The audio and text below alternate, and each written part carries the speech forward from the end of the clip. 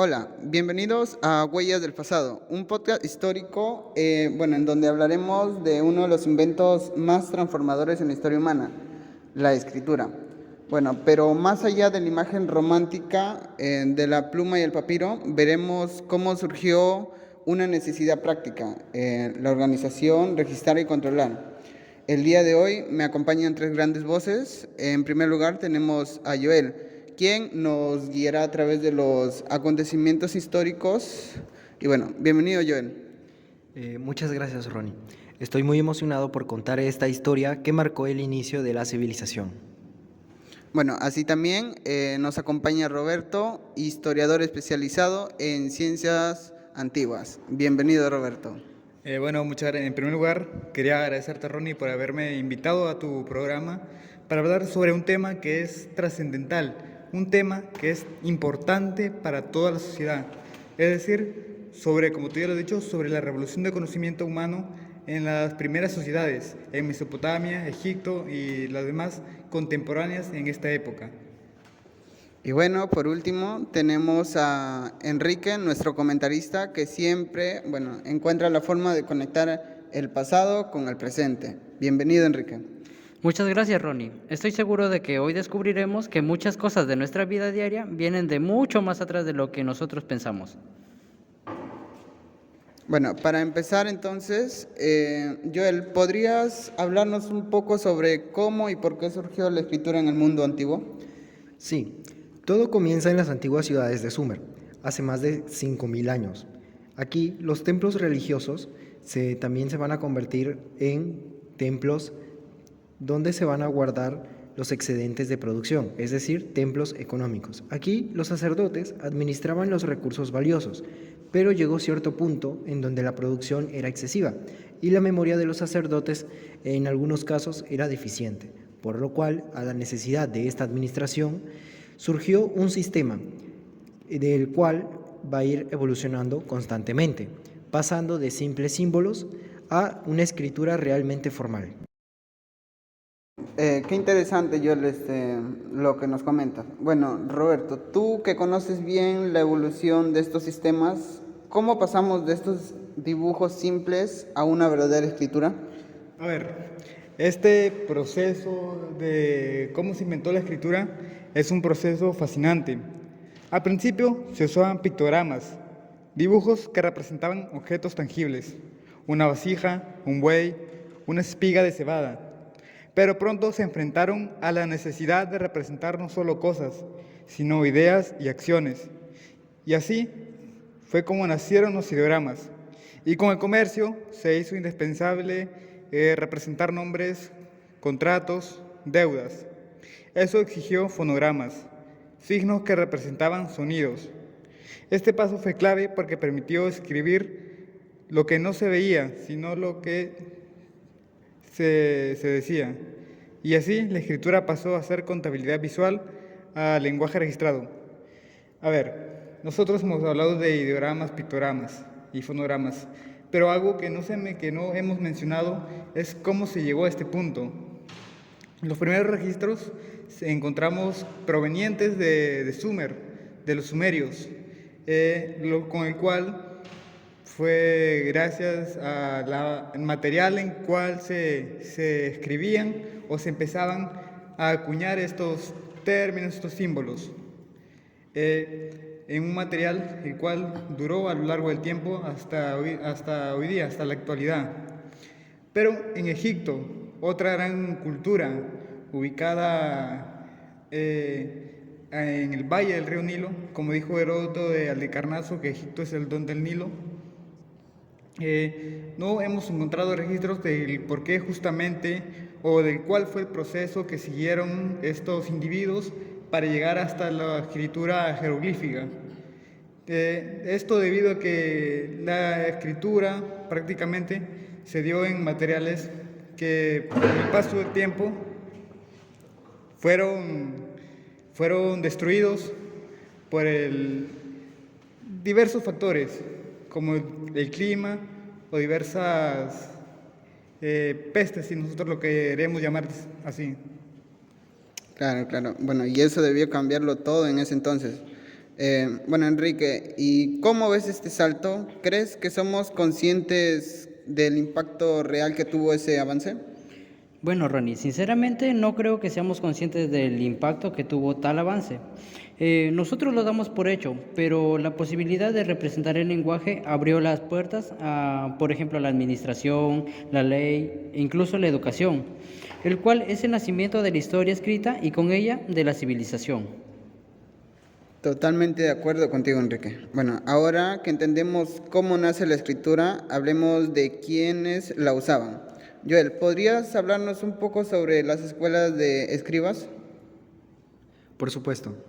A medida que la escritura se volvió esencial, surgieron escuelas especializadas sobre todo en los templos.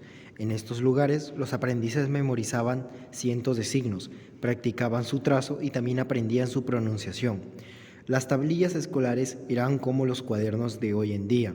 Como vemos aquí, los trabajos como la herrería, construcción y también la fabricación de herramientas no solo eran trabajos especializados, ahora la escritura también era un trabajo especializado. Vemos ahí una nueva estructura social en donde los escribas formarían parte de una estructura social más elevada, ya que este tipo de trabajo te podía ayudar a subir de escala social y te aseguraba el registro de conocimiento y de sabiduría. Roberto, ¿qué tan importante era esta figura del escriba en la sociedad? A ver, los escribas como personas y como funcionarios del Estado, tanto sumerio como Egipto, desempeñaban un papel clave, porque no solamente eran los únicos capacitados para leer y escribir, eran en muchos sentidos los guardianes del conocimiento institucional. Aprendían no solo signos, sino normas administrativas, matemáticas, leyes. Podían llegar a ser asesores de reyes o altos funcionarios en los templos. En Sumer, Egipto y Babilonia, los escribas constituían una élite instruida, aunque no necesariamente aristocrática. Y lo más importante, su formación incluía no solo técnicas, sino también el respeto por los textos antiguos, como hoy en día valoramos los clásicos y como en algún momento en la Edad Media los sacerdotes, los clérigos o la casta religiosa, católica en especial, sentía la necesidad de mantener los escritos hechos en idioma latín. A ver, nosotros, bueno, también es importante mencionar como gran ejemplo de esto la sátira de los oficios, la cual fue hecha aproximadamente hace más de 2000 años, más de 3000 años prácticamente. En esta se detalla justamente los consejos que le da un padre a su hijo, quien duda en algún momento de asistir a las escuelas de los escribas, debido tal vez a la idea de que era un trabajo aburrido y hasta cierto punto forzoso. En este justamente se menciona cómo el padre le da los consejos e incluso lo compara el trabajo de los escribas con el de los agricultores artesanos, afirmando que algunos obreros no tenían, ¿cómo podemos hablarlo? No tenían la manera necesaria o la forma de trabajo que les permitiera vivir dignamente, sino que causaba gran esfuerzo físico. Y tras haber analizado un poco esta sátira, podemos compararlo con la actualidad, ¿no? Con los padres que quieren que sus hijos estudien, vayan a las universidades y que no desempeñen trabajos prácticamente manuales, ¿no? Como la producción o la extracción. Bueno, Enrique, de lo comentado anterior, desde tu perspectiva, ¿qué paralelos ves entre esa educación antigua y la que tenemos hoy? Bueno, encuentro muchísimos, ya que el aprender a escribir bien aún sigue abriendo puertas. En ese entonces o en la antigüedad era la paleta del escriba, pero hoy o en la actualidad puede ser una laptop, un celular o una calculadora científica. Pero la lógica sigue, en dominar el conocimiento te cambia la vida. Muy bien dicho, Enrique. Bueno, ahora hablaremos un poco sobre el cálculo. Joel, ¿nos puedes introducir cómo se aplicaban las matemáticas en aquel tiempo? La administración de recursos llevó al desarrollo de las matemáticas. Desde el cálculo de impuestos hasta la planificación de obras públicas, los números se han vuelto indispensables durante este periodo. Los babilonios, por ejemplo, usaban un sistema en base 60. Durante toda esta época apareció una matemática incipiente. La podemos ver en las unidades de medida, en la administración incluso de los recursos, también en las toneladas de agricultura, de toda la producción de agricultura. Vemos aquí que está la matemática en sus primeros pasos.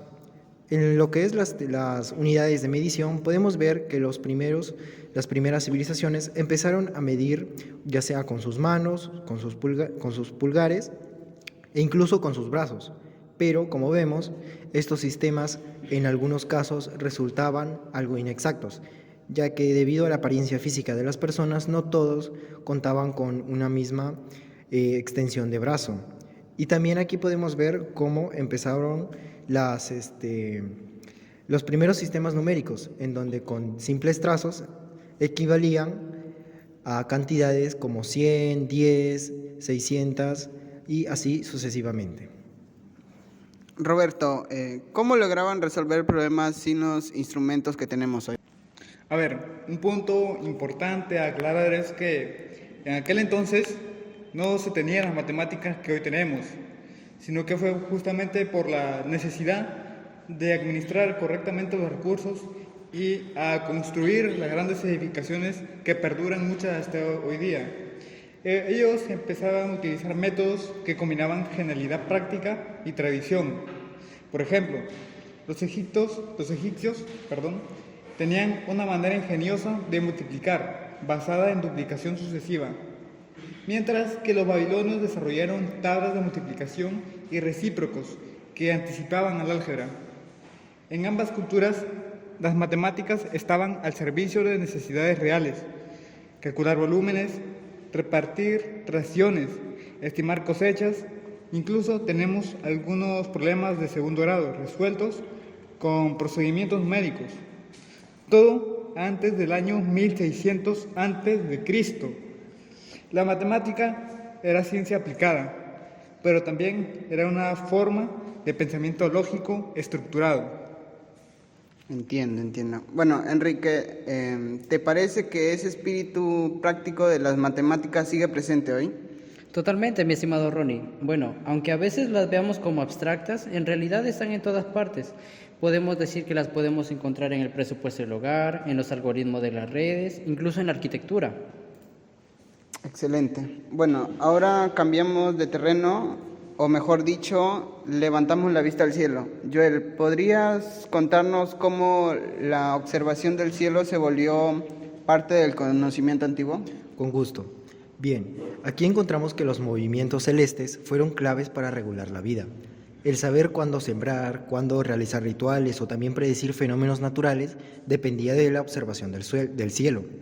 Así nacieron los famosos calendarios agrarios y también calendarios solares, calendarios lunares también en algunos casos, y los famosos relojes de agua. Aquí podemos ver que la astronomía ha influenciado en la medición del tiempo y en la calculación del clima. Podemos ver que la astronomía estaba más ligada en un primer momento a la producción agrícola, ya que con esta se podía verificar en qué épocas era más beneficioso cosechar. También vemos que la astronomía se convertiría en una ciencia dominadora, ya que el saber astronomía convertía a la persona en una persona prácticamente superior al resto, ya que tenía un conocimiento del cual no todos podían gozar. Con este conocimiento podían predecir toda clase de fenómenos naturales. Es así que estas personas van subiendo de escala social, convirtiéndose en los sacerdotes que conocemos. Entiendo. Bueno, Roberto, ¿cómo era posible tanta precisión sin tecnología moderna? A ver, yo creo que nosotros estamos subestimando los conocimientos si nos queremos llamar así, nuestros ancestros. Si bien es cierto, justamente ellos no tenían las herramientas que hoy tenemos, como por ejemplo para la medición del tiempo.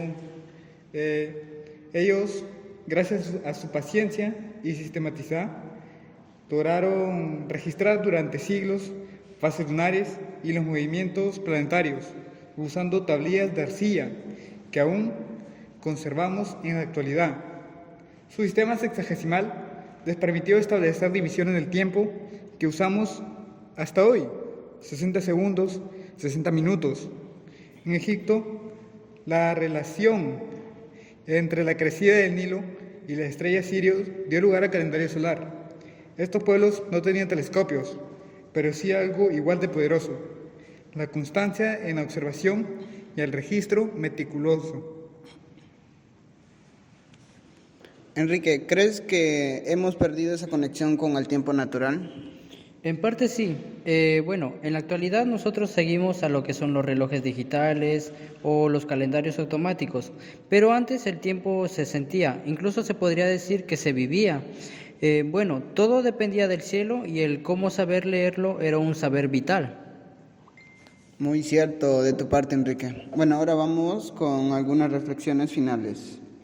Hoy hemos visto cómo la escritura no surgió de la nada, ni por arte de magia, sino por una necesidad, o cómo esa necesidad nació una revolución, la del conocimiento. Desde templos y campos surgieron las bases de la civilización. Y eso nos enseña que el conocimiento puede surgir de cualquier rincón, siempre que haya alguien con la voluntad de resolver un problema. A ver, la escritura nos dio una memoria, continuidad y organización. Sin ella el conocimiento habría seguido siendo frágil, dependiente de la memoria oral y de la imitación. Con la escritura fue que justamente las ideas trascendieron generaciones y se conservaron, se refinaron en el pilar silencioso de toda ciencia, toda historia, toda cultura compleja, y al mismo tiempo un recordatorio de lo práctico, como registrar tributos o almacenar grano. Puede ser la chispa que enciende grandes revoluciones humanas. Bueno, eso sería todo. Gracias, Joel, por guiarnos por la historia. Gracias, Roberto, por tu visión experta. Y gracias, Enrique, por recordarnos que el pasado sigue presente. A todos ustedes, gracias por escucharnos. Nos encontramos en el próximo episodio.